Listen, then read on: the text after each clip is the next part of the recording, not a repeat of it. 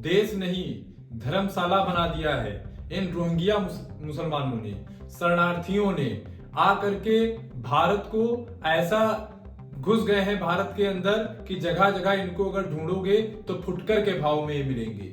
जब से पश्चिम बंगाल में सर लागू हुआ है तब से ये अपना बिल छोड़ करके बिलबिला करके भाग रहे हैं। सोचिए उस पश्चिम बंगाल की क्या दुर्दशा है, सोचिए उस पश्चिम बंगाल में कितने ये अवैध वोटर भरे पड़े हुए थे जो आज तक भारत का खाते थे, भारत में रहते थे और अवैध तरीके से घुस करके रहते थे। लेकिन जब ये सर आज लागू हुआ तो आज ये निकल करके भाग रहे हैं, हमारे देश का खा रहे हैं और हमारे ही देश से गद्दारी कर रहे हैं। हमारे देश में ऐसे ना जाने कितने रोहिंग्या या बांग्लादेशी भरे पड़े होंगे जो समाज को तोड़ने का काम कर रहे हैं। सोचिए इस वीडियो को जब मैं देखता हूं तो यही लगता है कि ये देश नहीं हो गया है, ये इन लोगों ने धर्मशाला बना दिया है। हम किस आज लेवल पर हैं?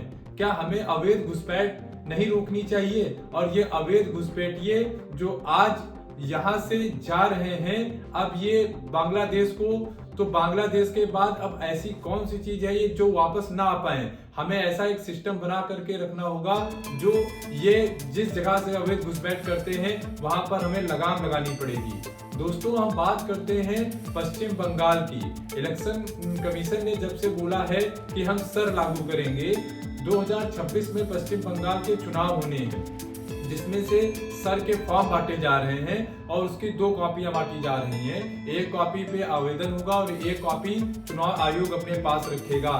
लेकिन जब से सर का विरोध पश्चिम बंगाल की सरकार लगातार कर रही थी, सर की जो विरोध करने से इलेक्शन कमीशन को कोई फर्क नहीं पड़ा। उसने कहा कि हम लागू करके रहेंगे, लेकिन जब ये लागू हुआ तो ये लोग बिलबिला करके भागे, क्योंकि जब आप अवैध तरीके से रह रहे हैं। लेकिन सोचिए अभी तक ये जो सरकारें बनती थी ये कैसे जो है बंगाल सरकार में जो भी सरकार बनती थी उसको कैसे ये वोट करते थे। आज हम जब इस वीडियो को देखते हैं तो हमारी आंखें खुली रह जाती हैं कि किस इस देश को इन लोगों ने बना के क्या रखा है।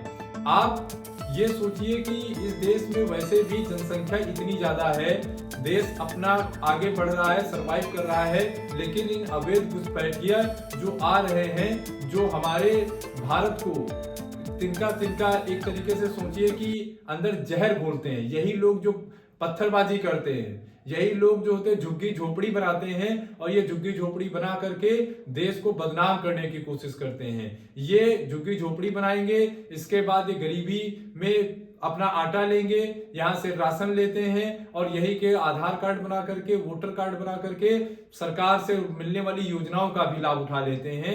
सोचिए कि कितनी बड़ी बात है। लेकिन जब आज ये सर लागू हो रहा है तो ये सब चीजें बाहर निकल करके आ रही हैं। अब हमें ऐसी नीतियों पर चलना पड़ेगा जहां पर इन लोगों के लिए कोई जगह ना हो। हमें सीमाओं की चौकसी में और भी बढ़ाना पड़ेगा जिससे ये अवैध घुसपैठ ना कर पड़े। देश ये नहीं चाहता है, देश हमारा जो है ये चाहता है कि यहाँ पर होने वाली जो अपने खुद के वोटर हैं वो वोट करें, ना कि ये अवैध तरीके से आए हुए लोग वोट करें।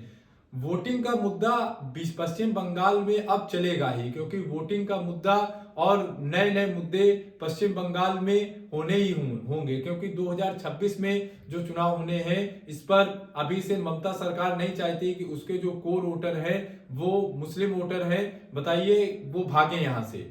सोचिए कि कितनी बड़ी बात यह है कि पश्चिम बंगाल में इतने दिनों से यहाँ पर ये वोटर रह करके भी वोट कर रहे हैं, जिसका हमें आज तक पता था या नहीं था है।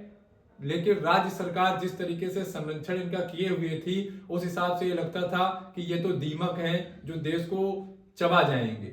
ऐसे दीमकों से हमेशा सावधान रहना पड़ेगा। जब मैं ये देखता हूं तो लग रहा है कि हजारों में नहीं लाखों में लोग जो है जा रहे हैं, भाग रहे हैं। लेकिन ये भाग कर कहाँ जाएंगे? देखना पड़ेगा कि कुछ ऐसा तो नहीं है कि बंगाल से निकल करके दिल्ली में आ जाएं। हमको देखना पड़ेगा, समझना पड़ेगा। और सर जो लागू हुआ है ये बहुत अच्छी चीज है जिसको हमें सपोर्ट करना पड़ेगा। आप इस नजरिए को कैसे देखते हैं कि पश्चिम बंगाल में ये सर 2021 में लागू हो जाना चाहिए था, लेकिन व्यवस्था तब थी नहीं। अब जब व्यवस्था लागू हुई है तब ऐसी चीजें जो हैं होती हैं तो थोड़ा दिल को सुकून भी देती हैं।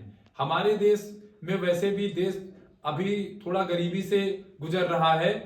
कई लोग गरीबी रेखा से ऊपर निकल करके आए हैं, या कई लोग जो है अभी गरीबी रेखा में जी रहे हैं। हमें उनका उत्थान करना पड़ेगा कि हमें इन रोहिंग्या और बांग्लादेशियों का उत्थान करना पड़ेगा जो यहाँ पर रह करके इतने दिनों से सरकारी योजनाओं का लाभ उठाते हैं। पश्चिम बंगाल की सरकार को भी ये सोचना चाहिए था कि देश से बढ़कर के कोई चीज नहीं होती है, और इन घुसपैठियों को वहां पर कौन वोटर आईडी कार्ड दे रहा है, कौन आधार कार्ड दे रहा है, हमें ये देखना होगा, समझना होगा और आगे बढ़ करके सोचना पड़ेगा कि इस देश का जो नागरिक है उसी को वोट का अधिकार मिले, उसी को राशन का अधिकार मिले, उसी को सरकार की योजनाओं का लाभ मिले। आज ये सब भाग रहे हैं, दौड़ रहे हैं, ये भाग करके सोचो कितने दिनों तक इस देश को लगातार बिना रुके कितना ये देश को खाए होंगे। देख करके दिल दहल जाता है, लेकिन कुछ ऐसी भी चीजें हैं जिनको सोचना पड़ता है।